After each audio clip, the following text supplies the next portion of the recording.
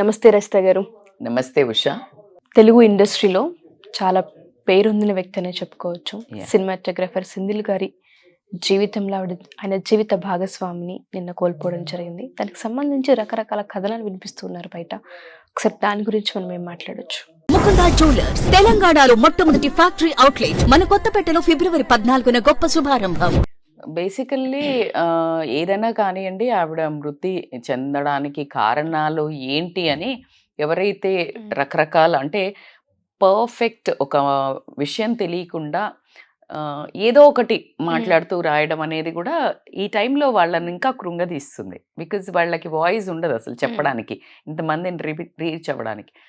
కానీ ఆవిడ మరణం ఎలా అయినా కానివ్వండి, మనం సుమన్ టీవీ తరపున కానివ్వండి, ప్రత్యేకంగా ఒక చాలా అమ్మాయి కూడా ఆరోగ్యం పట్ల అట్లా ఉన్న శ్రద్ధ ఉన్న మనిషి, ఒక యోగా టీచర్గా చెందింది. సో నా కమ్యూనిటీ బేస్డ్ కాబట్టి నేను కూడా ఆవిడకి మనస్ఫూర్తిగా శ్రద్ధాంజలి అర్పించడం. And rest in may her soul rest in piece.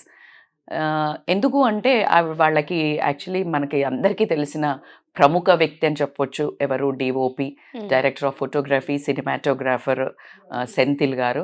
And is very familiar అందరికీ. ఎందుకంటే మనకు ఒక బాహుబలిని చూపించడానికి కానీ, రాజమౌళితో అద్భుతమైన మూవీస్ వర్క్ చేశారు ఆయన.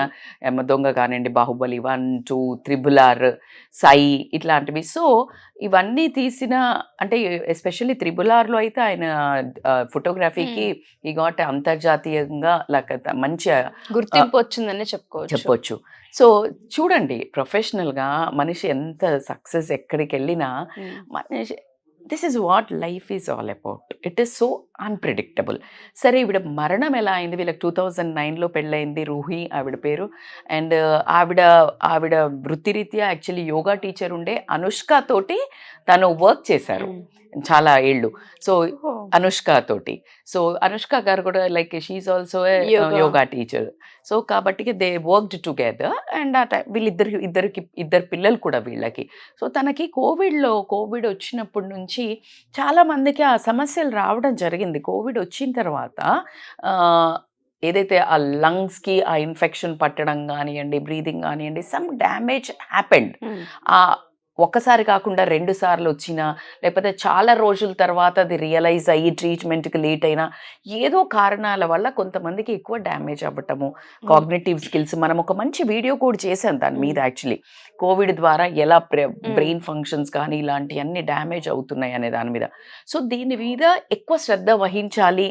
కంపారిటివ్లీ నార్మల్ పీపుల్ కంటే ఈ కోవిడ్లో వచ్చిన లక్షణాలు వచ్చిన తర్వాత వీళ్ళు ఎక్కువగా హెల్దీ ఫుడ్, ఎక్కువగా యోగా, ఎక్కువగా బ్రెయిన్ థెరపీ ఇలాంటివి వెళ్ళాల్సిన అవసరం అయితే ఉంది ఎంతైనా. తను పాపం అప్పటి నుంచి షీ కుడెంట్ రికవర్ బ్యాక్ అనుకుంటా. ఏదో ఒక అనారోగ్య సమస్యతోటి తను ఇబ్బంది పడ్డము. ఆ ఇంపాక్ట్ ఖచ్చితంగా భర్త మీద పడ్డం అనేది ఖచ్చితంగా ఫ్యామిలీ మీద, కుటుంబం మీద, పిల్లల మీద, భర్త మీద. అండ్ తను చాలా బ్రేక్ తీసుకున్నారు అనేది మనకు వినికిడిలో ఉంది మూవీస్ నుంచి. బికాజ్ ఆయన పూర్తిగా భార్యకి సహకరించాలి, భార్యతో స్పెండ్ చేయాలి ఆ ట్రీట్మెంట్స్లో అన్నట్టు ఉండటం జరిగింది. బట్ కిమ్స్లో అడ్మిట్ చేశారు. తనది క్షీణిస్తూ వెళ్ళటం వల్ల కొన్ని ఎట్లా ఉంటాయంటే ఉషా, మనం ఎంత ట్రై చేసినా కొంచెం వరకే మన చేతిలో ఉంటుంది లైఫ్. అర్థమవుతుందా? సో తను ఎంత ప్రయత్నించినా, ఏం చేసినా తనను కాపాడుకోలేకపోవటం. నిన్న గురువారం రోజు తనకు మల్టీ ఆర్గాన్స్ ఫెయిల్యూర్ అయ్యి చనిపోవటము చాలా బాధాకరమే.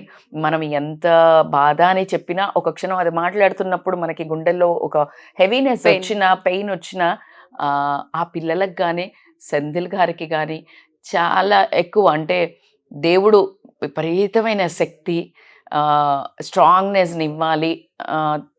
ప్రకృతిని కానీ, కర్మను కానీ మనం ఎవరము ఏమీ చెయ్యలేని పరిస్థితి దీనికి. Because I wanted to say this.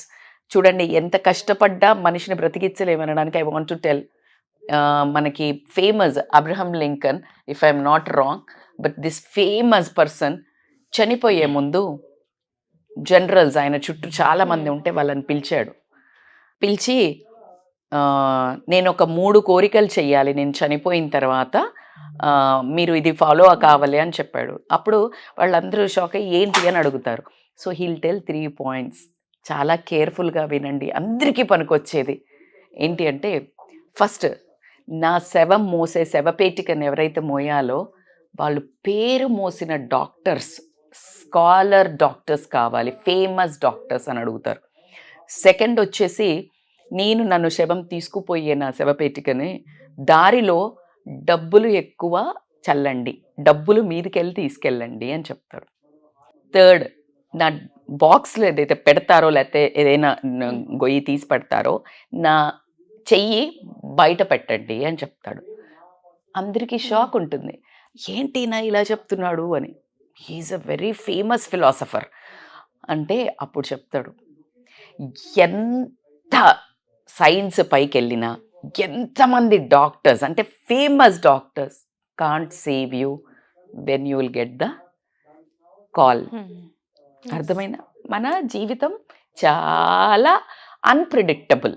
ఎప్పుడు పర్మనెంట్ అనుకొని కక్షలు పెంచుకొని కొట్లాటలు చేయించుకొని సొంత బ్లడ్ గ్రూప్ని అంటే సొంత బ్లడ్ వాళ్ళను కూడా చంపేయడాలు, ఆస్తుల కోసం తల్లిదండ్రులను నెట్టే, nothing works. You will get 1 call from there. Second, ఎందుకు? డబ్బులు అంటే ఎంత డబ్బున్నా ఏం కాపాడలేకపోయినరు. మీకు చాలా మంది ఉన్నాయి ఆన్సర్స్. సో నెక్స్ట్ సెకండ్ వచ్చేసి పరచమన్నారు కదా, ఇక్కడ నువ్వు సంపాదించింది ఇక్కడే ఉంటుంది, మనతో రాదు, ఇక్కడ సంపాదించింది ఇక్కడ వదిలి వెళ్ళాల్సిందే అనేది జస్ట్ డ్రాప్, నువ్వు దాన్ని వదిలి వెళ్ళిపోతున్నావు అని చెప్పడం. థర్డ్ ఇంపార్టెంట్ ఏంటి అంటే, చెయ్యి బయట పెట్టడం. నిజంగానే ఏం తీసుకెళ్ళట్లేదు నేను అని ఒక ఫేమస్ ఫిలాసఫర్ చెప్పడం. And to remind this, it has to, ఎట్లా అంటే అన్ని గురువులు, అంతమంది గురువులు ఊరికే live in the conscious moment, అటాచ్మెంట్లో డిటాచ్మెంట్, ఆస్తి వద్దా, అగ్రెసివ్నెస్ వద్దా, కావాలా, ఎంతవరకు మనిషిని మించి. ఇప్పుడు చూడు, తనకి అంత డబ్బు ఉంది, పలుకుబడి ఉంది, భార్యను కాపాడుకోలేకపోయాం. ఎందుకు అంటే అంతే, కొన్నిటికి నో జడ్జిమెంట్స్. ఇప్పుడు ఆవిడకి ఇంకా ఆరోగ్యం ఏమైంది, ఎలా చనిపోయింది, it is not the time to talk about all these things. ఒక మనిషికి వాళ్ళు ఏదైతే రిలీజ్ చేశారో దాని మీద మనం శ్రద్ధాంజలి ఘటించి వీలైతే ఒక మంచి మన వైబ్స్ ఎప్పుడు కానీ యూనివర్స్లో మనం అందరం దూరం నుండి అయినా వైబ్స్ మంచి పంపించినట్టయితే ఆయనకి తెలియకుండానే ఒక మంచి స్ట్రెంగ్త్ రావడం జరుగుతుంది. సో ఎప్పుడు కానీ లా ఆఫ్ అట్రాక్షన్ వర్క్స్ అని చెప్తాము, ఎఫర్వేషన్స్ వర్క్ అని చెప్తాము.